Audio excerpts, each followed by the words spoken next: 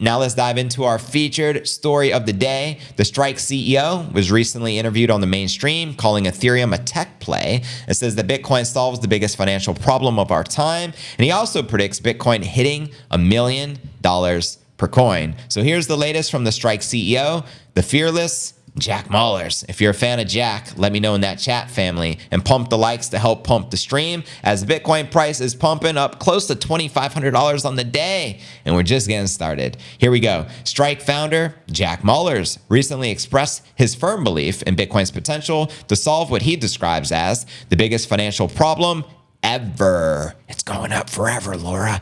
Central banking and the global debt crisis, which continues to plague humanity. Mallers made the statement during an interview with Yahoo Finance January 24th, where he highlighted Bitcoin in relation to government debt by focusing on the significant issue of global financial instability, primarily driven by the excessive government debt. So let's discuss Bitcoin as a hedge. Mahler says the staggering global debt to GDP ratio, which currently stands at an alarming 360%, represents a critical problem where governments have accumulated debt to such an extent that there seems to be no feasible way to pay it back. Of course they can't pay that back.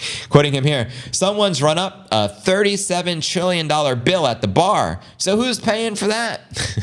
Hilarious.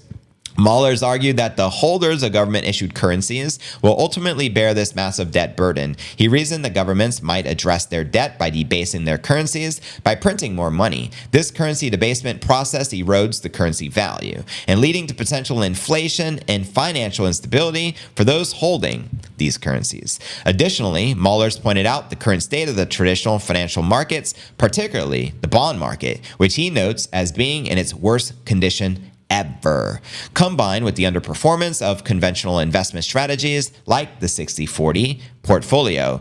This paints a bleak picture of the financial landscape, further underscoring Bitcoin's relevance as an alternative investment. And according to Mallers, Bitcoin is the only innovation to solve the central banking problem and serve as a global world reserve currency. That's right. Now, if Bitcoin, hypothetically speaking, were to become a global world reserve currency, you already know we're going to blow past $1 million per coin. What are your thoughts on that, family? Now, let's discuss the Ethereum tech play. Mallers further stated that other cryptocurrencies like Ethereum, Solana, and the infamous Dogecoin should not be grouped together because they do not address the fundamental financial issues that Bitcoin can solve. Preach. He referred to Ethereum as a tech play, suggesting its value and utility are more aligned with technological innovation and adoption rather than serving as a stable financial instrument. He said Ethereum is more akin to a speculative investment, dependent upon its technological success and acceptance in broader applications such as finance and tech industries. Mallers likened Ethereum to equities, comparing investing in it to investing in stocks like Tesla. He suggested that people might invest in Ethereum, hoping it'll soar in value like high-performing stocks based on technological advancements and leadership rather than its potential as a stable currency or store of value. And that's right.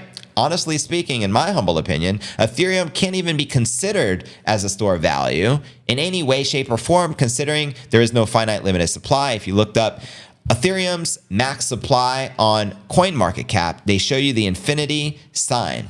Not a good look. Now, he also implied that Ethereum's success and adoption depends on the acceptance and use of major financial players, like banks and institutional investors. This dependence on external factors contrasts sharply with his view of Bitcoin, which he sees as the more autonomous and independent of mainstream financial systems. His skepticism towards Ethereum stems from history. He recalled a significant hack and instances where the Ethereum Foundation intervened in the transaction process. That's right. They can reverse transactions. If that's not sus to you, I don't know what is. In his view, these events cast doubts on Ethereum's reliability and integrity as a financial instrument. He criticized the Ethereum Foundation for cherry-picking transactions in response to issues which, according to Mallers, undermines the predictability and trustworthiness essential in a financial system. Preach. I love Jack for telling it like it is, and I actually did a react session to that interview maybe a couple of days ago on Rumble. Let me know if you were able to watch it. Now, he did share last year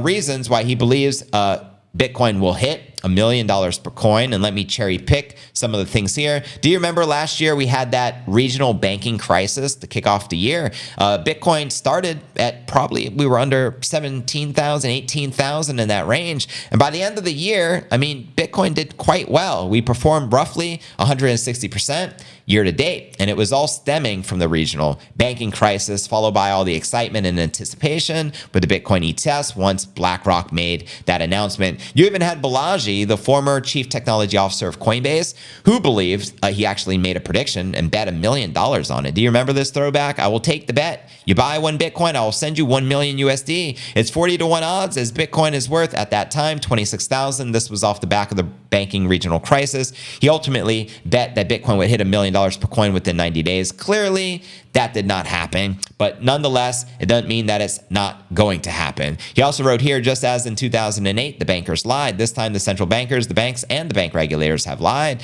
to all dollar holders and depositors. That's why you can't trust the banks, family. Only keep in the bank what you can afford to lose. Now, when he spoke on CNBC, now referring to Jack Mallers, he discussed the role of Bitcoin in the ongoing banking crisis, and Mallers is convinced that the Bitcoin price will hit $1 million, fueled by global hyperinflation. That's right, and eventually create something called hyper-Bitcoinization, which was talked about at the Bitcoin Miami conference. And according to Mallers, the Fed has tarnished its name by printing more money to save the banking industry, despite claims to reduce inflation to 2%, which we all know is hogwash, as they just fudge the numbers, that is. And Mallers, quoting him here, there are only 2 things I can guarantee in this world. Nobody can live forever, and that nobody can create more than 21 million Bitcoin. Do you hear that, Jamie Dimon, aka Jamie the Tapeworm, who claims Satoshi is going to come back and print more Bitcoin? Do you hear that?